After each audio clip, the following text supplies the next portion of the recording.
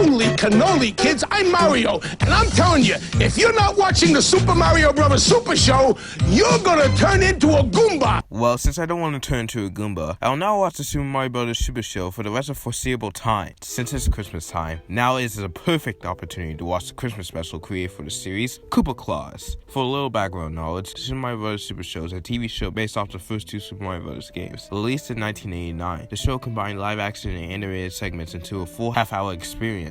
The Super Mario Bros. Super Show received mixed reviews from critics at the time, but the show has gained a cult following in the 21st century, spawning a fest horror memes based off the series. After the show concluded, two other Mario TV shows were created to coincide with their respective end. The Adventures of Super Mario Bros. 3 and the identically titled Super Mario World, both of which lasting only one season. The Super Mario Bros. Super Show is all about the wacky adventures of Mario, Luigi, Princess Peach, and Toad, as they try to halt Bowser's, called King Koopa in the series, evil plans. The main cast of characters are reminiscent of the playable characters in Super Mario Bros. 2, as are the enemies as well. After all that said, let's just dig into this terrible Christmas special, as if I don't, I turn to a Goomba, and I know you guys don't want that. Or do you? Nah. The episode starts with the usual live-action segment at Mario's apartment. The camera pans over to Mario and Luigi watching a boxing match, which is a completely missed opportunity to show a wrestling match, as the late Lou Albano, the actor and voice of Mario in this series, was a WWE wrestler. The way I concluded after watching a boxing match was by recognizing the sound effect used, which was indeed a boxing bell sound effect. You could also tell by looking at their punching motions and listening to what they're saying. What a fight. Look at this guy. Look at the speed. Bing, bang, boom, bang. On here we go the extra mile. Anyways, while they're watching the TV, a kid named Brian shows up carrying a suitcase. Rightfully confused, both men ask why the boy is carrying a suitcase. Brian tries to come up with terrible excuses like selling pots and pans, but it's so specific it's laughable. How about encyclopedias? There's no way anyone's buying encyclopedias from that kid, and it looks like Mario and Luigi knew as well that what he was saying was complete cap. Brian finally admits to lying, confesses that he's running away from home because of his parents supposedly not paying attention to him anymore. In Brian's mind, running away from home will make his parents miss him. Think about how they treated him in the past. Mario and Luigi decided to talk to him about his decision, which serves as a transition into the animated segment, the meat of the episode. The episode starts with a satellite view of the Earth, with a transition to Bowser's workshop for destroying toys in the North Pole. The question used to destroy the toys is basically an evil design of the Nutcracker, which looks quite neat and could also be used in the Christmas horror movie. King Koopa, which I'm calling Bowser in this video, describes his hate for Christmas, just like how the Grinch hates Christmas. Clyde, one of the bosses in Super Mario Bros. 2, is one of Bowser's main minions in this series, as he alerts Bowser about the placement of the bombs. Bowser calls the three-headed snake ran off the windows Clyde, but I found to be very corny and not well thought out, as any minion could have had a nose placed onto them and had its name similar to that. What? Instead of Kool off the red-nosed Trooper and Kool off the red-nosed Goomba as well? The world may never know. Bowser describes his plan of committing domestic. Wait a minute. Bowser's committing domestic terrorism in a kid's show? What the actual? Bowser then deploys his bombs and whips his reindeer-decorated birds as he flies off into the sky. The scene then fades into a sign of the North Pole, which is where we see our first glimpse of Mario and the gang in this episode. We are then informed that the gang arrived at the wrong destination, as they were supposed to arrive at Hawaii Land, shown by the clothes Mario is wearing for this episode. Mario rightfully questions Toad, the person in charge of navigating everyone to the right destination, about what happened. Toad falsely states that he might have made a wrong turn, which becomes obvious to both the viewers in the game that he is lying. Mario quickly realizes that he was duped by Toad, but since they're already there, he goes along for the ride because of the potential monetary opportunities. It's here where we see Toad as a selfish prick, as he ruined everyone's plans just so he could get some presents for Santa. I still can't believe Mario, Luigi, and Peach hang out with this dude in the show, as he proves time and time again that he only cares about himself and himself only. Toad talks some more about Christmas presents, which causes Peach to reveal her gift to Toad, a snowboard. For some odd reason, I thought Peach sounded sarcastic when talking to Toad about his presents, as the way she was describing her gift sounded that way, especially with how she said, I decided to give you just what you wanted. Hell, she even crossed her arms with an angry looking face right afterwards. What else was I supposed to interpret? The devious face speaks volumes.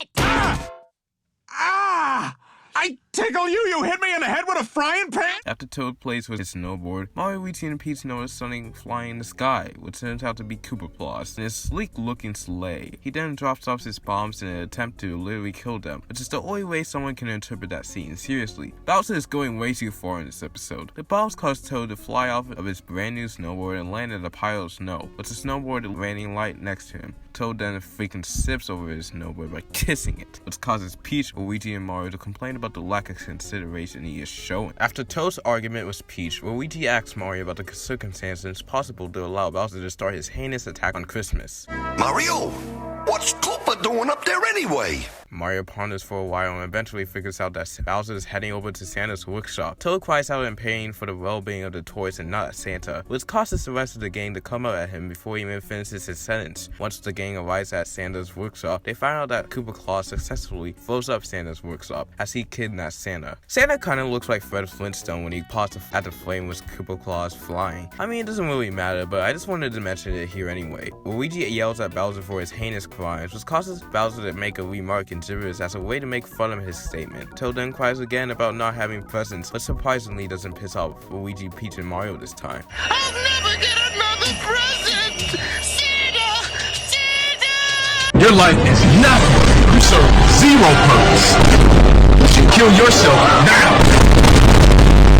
Bowser here is basically a more dangerous version of the Grinch, because while the Grinch robbed the town of Whoville of anything related to Christmas, Koopa Klaus adds bombs to the mix and commits both terrorism and kidnapping to spice up the game. After a short commercial break, we agree to Mario and the gang catching up to Koopa Klaus, though unsuccessfully. Mario then comes up with the also brilliant plan of placing an ice block onto a Teotar and jumping on the other side of the Teotar in order to hit Koopa Klaus' sleigh. Like that'll work.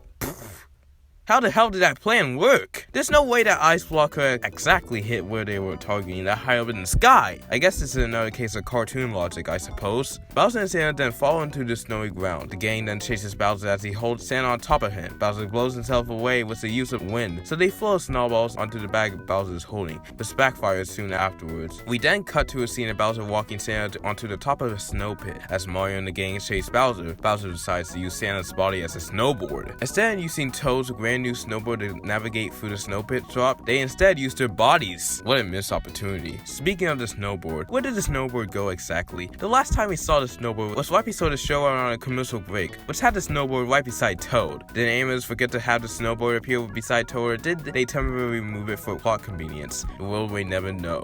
While running, Bowser calls up his North Pole minions for some help with blocking the way of our protagonist. Mario decides to fight fire with fire, which causes Luigi to correct him to say ice was ice. Let's fight fire with fire! You mean fight ice with ice? Which, if that was a joke, it wasn't funny at all. Once they defeat Bowser's flurries, Bowser takes Santa to a dark and spooky glacier. Peach encourages the gang into heading into the cave by saying that the world would look pretty dark without Christmas, which is pretty true in a metaphorical sense, as all people care about is their presents anyways. Exactly the thing that will be lost if Mario and friends don't save Santa. Thanks for promoting the wrong message of Christmas, you doinks. After jumping out of the glacier, the gang overhears Bowser making the rules that judge the fate of old Jolly St. Nick. Peach responds to Bowser's statement by asking if Christmas means anything to it. Bowser retorts by yelling that Christmas is a bah-hum coop. A bah-hum coop. A bah-hum coop. which is a reference to one of Scrooge's catchphrases in the Christmas Carol. As he sees complete disgust in the holiday, Bowser's yelling causes the ice structure to shake, which creates a snow avalanche that completely covers up any viewable area with snow. Mario grabs out his handy-dandy plumber snake, which wasn't established to have been in Mario's possession throughout the entire episode. That was a complete cop-out. It's like the writers wrote themselves into infinite loop of chase sequences, so they decided that Mario saving Santa with some random object found in Mario's pocket can conclude the story in the fastest way possible. That's complete nonsense in my opinion. Mario leaves Bowser to die, which kinda makes sense, as Bowser was trying to kill the gang in the first place. Bowser jumps into the surrounding waters as he has no other choice if he wants to live. Once he reaches the surface, he cries about not being able to ruin Christmas and says the infamous line, Say the line! Bowser. What else can go wrong? Right afterwards, a polar bear is shown roaring directly at Bowser, implying that the bear is gonna have him for supper. We are then cut to a scene of Santa praising Mario in the game for saving him from Koopa Klaus, but unfortunately, he can't make any deliveries because the ice cannot thaw out on time. Toad then happily and ignorantly tells Santa about how he has what he wanted, which causes Santa to respond in a way that makes sure the audience knows right away that Santa doesn't care about what Toad said. It's very nice, Toad. Toad decides to ask Peach about Santa's feelings, in which Peach responds by telling Toad about the undesired circumstances. Toad responds by giving Santa his snowboard, which completely contradicts with the way he was acting throughout the entire freaking episode. Why the hell did Toad randomly become generous? Oh, I know, plot convenience. Just like the snowboard not being used in the middle of this episode, Toad becoming generous and selfless is only used to make Santa radiate his Christmas spiritual energy. The radiated Christmas spiritual energy causes the frozen workshop to melt, which screams Deus Ex Machina to me. Santa then invites the gang into his sleigh, allowing Toad specifically to sit in the front. Once Santa states that Toad can sit right beside him, I notice that Mario is in complete disbelief at Santa's decision, which is completely priceless. The episode ends with Santa gleefully yelling Mario Christmas to all while flying through the sky. I have a few nitpicky comments, so I'm gonna say it right here and right now. How the hell did they not freeze to death? Especially Mario, as he was wearing tropical clothing. Why didn't Santa allow Mario to sit beside him, as he's the guy who saved Santa in the first place? So if Christmas spiritual energy melts ice, can it melt steel? Find out on the next episode of the Super Mario Bros. Super Show. Toad is seen as the good guy for temporarily redeeming himself, but he'll just go back to his old ways. We all know that. Now back to the live action segment. I bet the majority of you guys forgot about this segment anyways. At the department, we see Mario and Luigi eating with Ryan. As they discuss about Ryan leaving, Mario tries to convince Ryan to think twice about his decision, but Ryan seems firm in his choice. In order to change Ryan's mindset, Mario tells him a story about his own experience of running away from home. We are greeted to a flashback of younger Mario and Luigi playing a game, in which Mario beats Luigi in. Once Mario explains about his accomplishment, Luigi gets mad and goes on a rant directed at Mario. The mother then opens the front door in anger, as she is disappointed in how the brothers were talking to each other. Instead of grounding Luigi, the person who started the argument, she instead grounds Mario, the innocent person in this case. Mario then explains about being grounded 5 times in the last week as a way to escape his unfair punishment, so she tells him instead to peel the garlic for the next 5 days. This is actually a worse punishment, so much so that Mario tries to run away from home. Luigi laughs at Mario's displeasure and makes fun of him as he runs away from home. Okay, so who cares? Who cares? Who cares?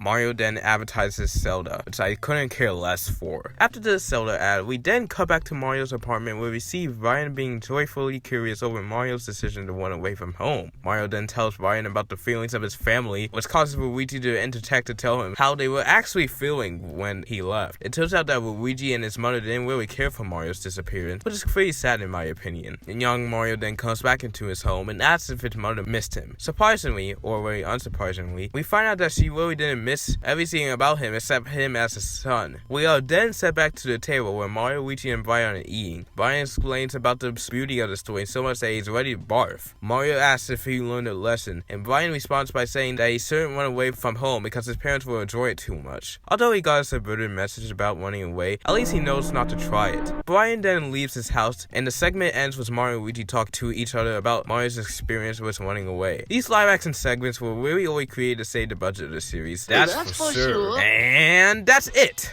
I finally finished recapping this episode. Now it's time to give my final thoughts on Koopa Klaus. This episode was mid AF if you look at it as a normal Super Mario Bros. Super Show episode, but if you look at it as a Christmas special, you would immediately realize that it sucks. Toad was a massive selfish prick throughout this episode, which made its redemption much more jarring than had he stayed the same. It's not like Toad actually changed outside this episode, as he is still shown to be a prick in later episodes. Toad was never shown to change throughout the course of the episode, which shows that the ending was only for plot convenience. In fact, Toad only changed because Peach told him about what is happening, as he couldn't read the room himself. The writers clearly dug themselves into a hole that was too deep, and decided that Toad giving Santa that Christmas spiritual energy that somehow radiates everything surrounding him and melts ice would be the quickest way to finish the episode on time. There's literally no reason for the viewer to think that Toad changed in the latter half of the episode, as he doesn't really do much for any viewer to think that. Bowser was cool, I guess, as he was kind of a mix of Scrooge and a Grinch. This past, this special. It's definitely not worth watching around Christmas time. It's just a contrived mess of a Christmas special. The live action segments were surprisingly okay, as they taught a message in a funny and comedic way. I didn't really expect anything good from the live action segments, so I was pleasantly surprised to see that it wasn't that bad. Even the acting from the child guest star, Brian Bonsell, was pretty good. Overall, I'd rather watch the live action segments than actually watch that excuse of a Christmas special any day of the week. At the end of the day, pass on this whole show, because who cares if he turned into a Goomba? You're gonna turn into a Goomba! Wait, what? What the